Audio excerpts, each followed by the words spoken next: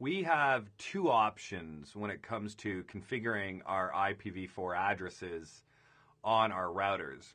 We can statically assign these addresses through the process of going to the interface, providing the IP address command, and giving it the IP address that our internet service provider has told us to utilize.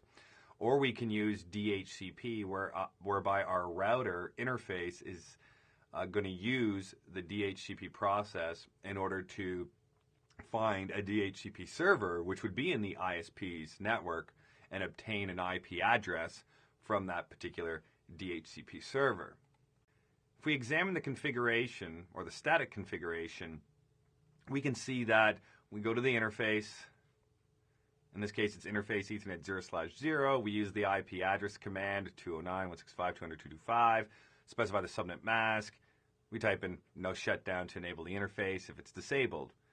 And that provides the public IP address to the interface. So this IP address will be given to us by our internet service provider. It is a public address routable on the internet.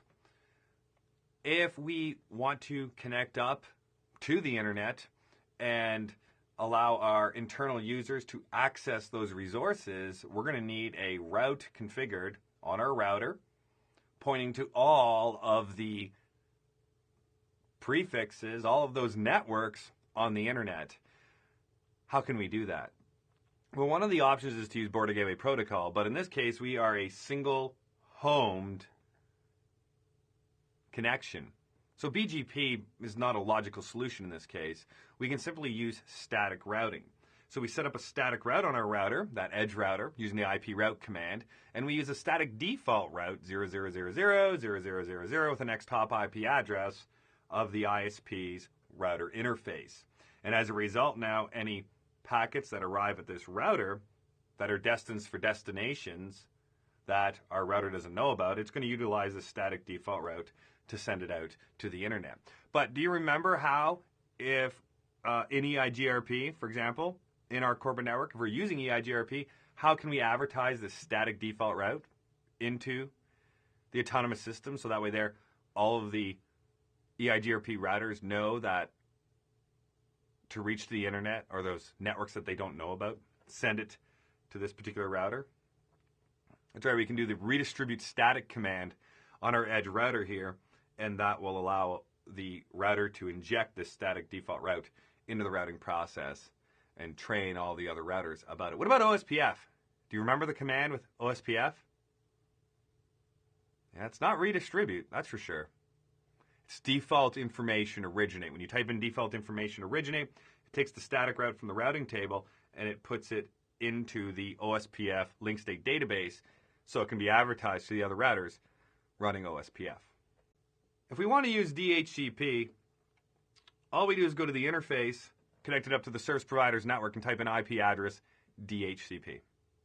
In this case, the router is going to go through the DORA process. It's going to send a DHCP discover message requesting an IPv4 address from some type of DHCP server that belongs to the internet service provider. And the DHCP server is going to respond with a offer, and then our router is going to send back a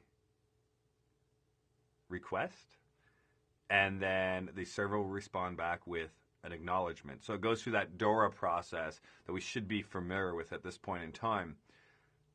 In addition to that, because it's a router, because we are telling it to obtain an IP address from a DHCP server, the router is going to inject a static default route in its routing table, and it's going to be solely based on the default gateway parameter received within the assigned IPv4 address. So that DHCP server is going to send back in its DHCP offer message, it's going to send back information such as, here is your IP address, here is your default gateway, here is this, here is that. So that default gateway parameter that we are accustomed to for our end stations, when you type in IP config, it says default router or default gateway. That's the router we use to exit out of the LAN. Well, in this case, the router uses that as the next top IP address for the IP route 000/000. So that's automatically done for you when you are setting up DHCP on the interface. So in this case, the next hop is 209.165.200.226, which be this router's interface right here.